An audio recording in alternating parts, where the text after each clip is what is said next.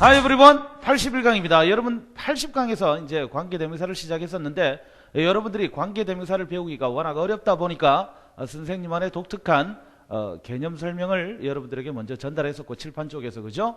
그리고 이제 빔 프로젝트에서 여러분들에게 기존의 학교에서 배워왔던 혹은 현재 지금 중학생들 같으면 여러분들이 지금 학교에서 배우고 있는 그런 형태의 설명을 같이 곁들여서 설명을 했었어요.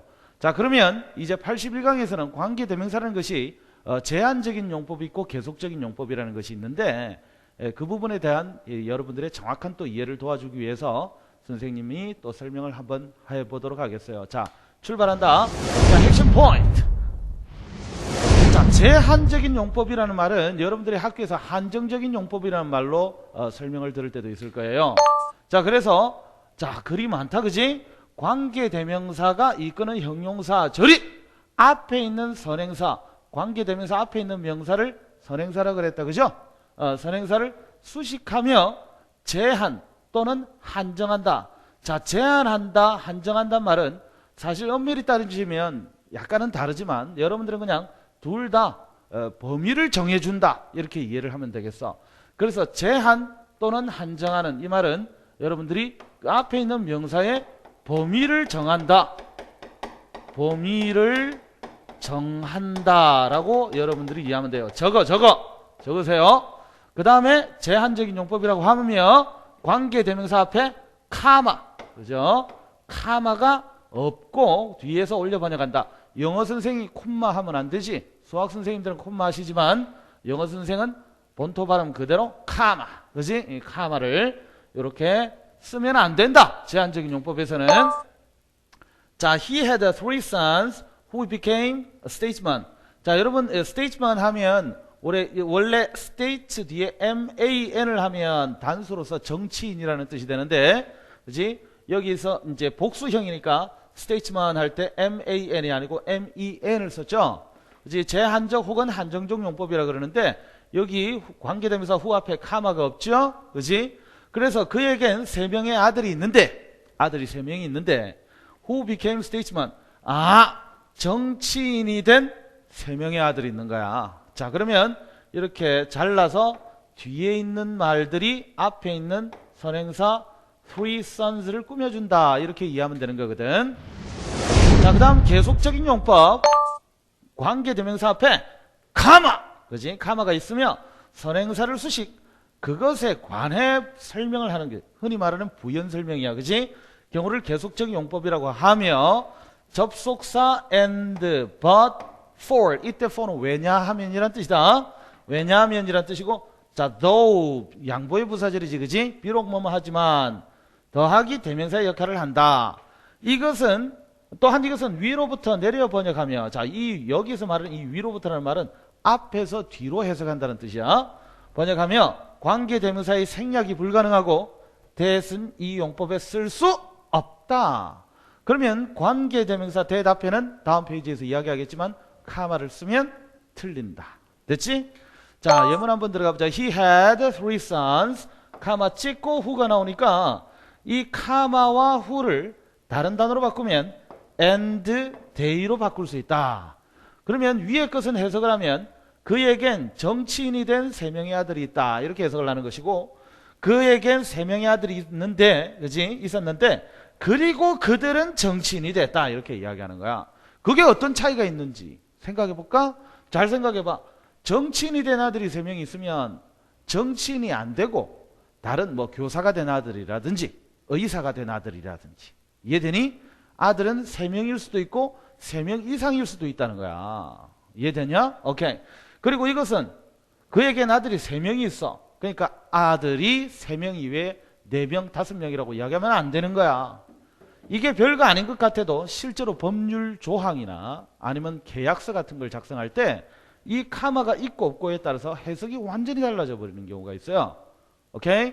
자, 그러니까 he had three sons who became statesman 할 때 이 부분은 앞에 먼저 아들이 세 명이라고 못을 박았고, 위에 것은 아들이 세 명일 수도 있으며 세 명이 아닐 수도 있어요. 즉 4명이나 5명일 수도 있어요. 이해되죠? 오케이. 자, 그러면 Everybody likes Tom. 자, 모든 이가 탐을 좋아합니다. 그리고 그는 친절합니다. 조금 해석이 이상해요. 왜냐하면 봐봐.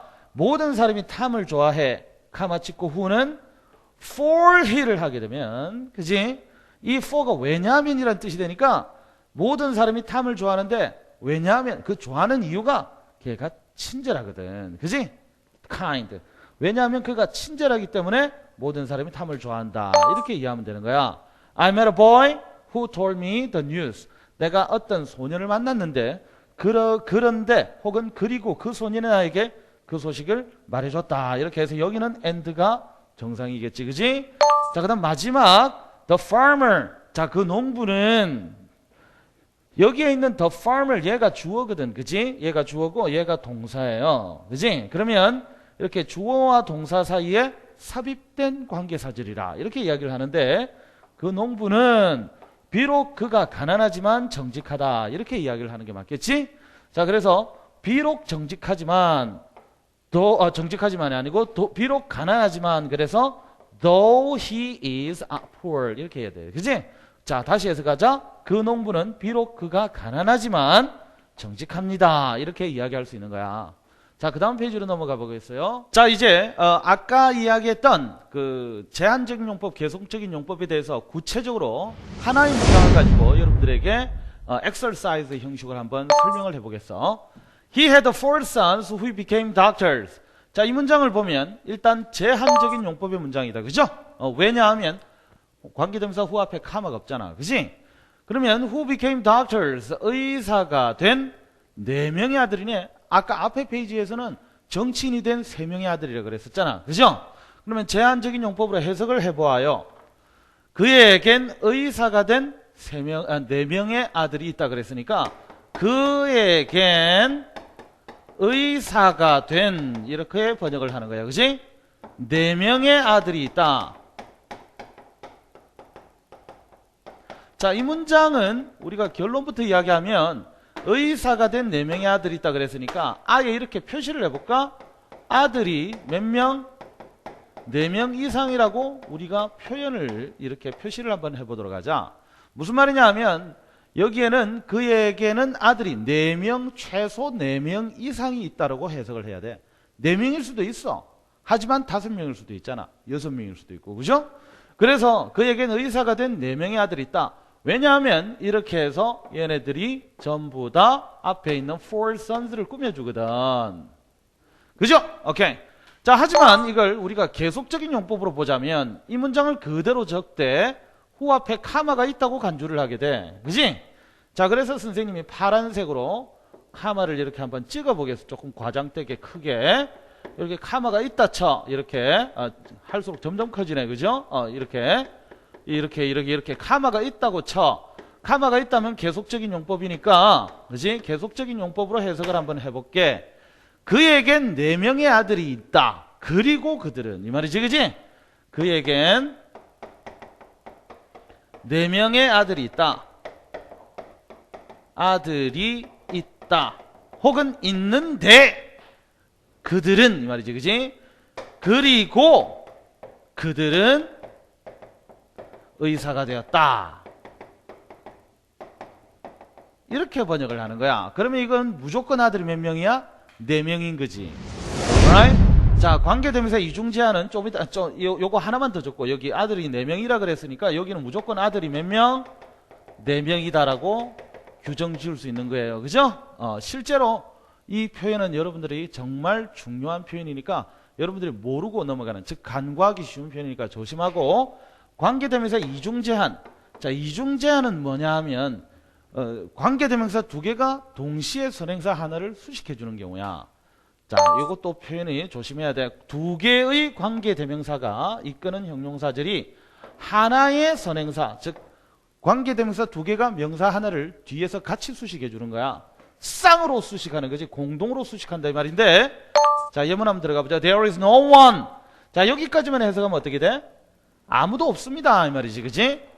그런데 여기 관계대명사절을 선생님이 지금 색칠을 한번 해볼게. That we know 이랬습니다. 그지? 그러면 우리가 아는 사람이 아무도 없습니다. 그런데 Who can do such a thing?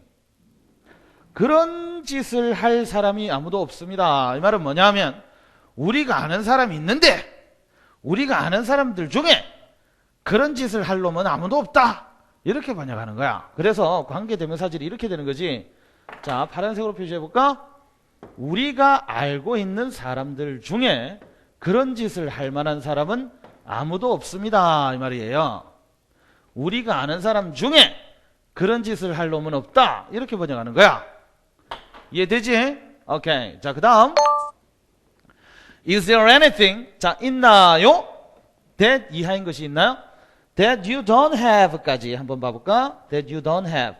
네가 가지고 있지 않는 것 중에 which you want. 네가 원하는 것이 있나요? 이 말이에요.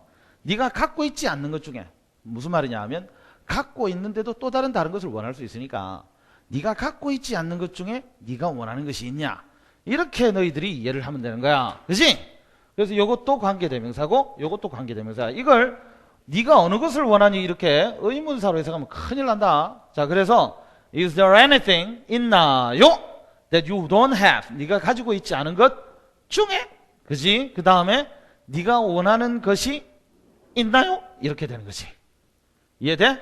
오케이. 네가 가지고 있지 않은 것 중에 네가 원하는 것이 있나요? 하고 묻는 문장이다 이 말이죠. 자, 이것을 우리는 두 개의 관계대명사가 이끄는 형용사들이 하나의 선행사를 공동으로 수식한다. 너희들이 잘 모를 수 있는 부분은 여기 who의 선행사가 no가 아니잖아. 그지?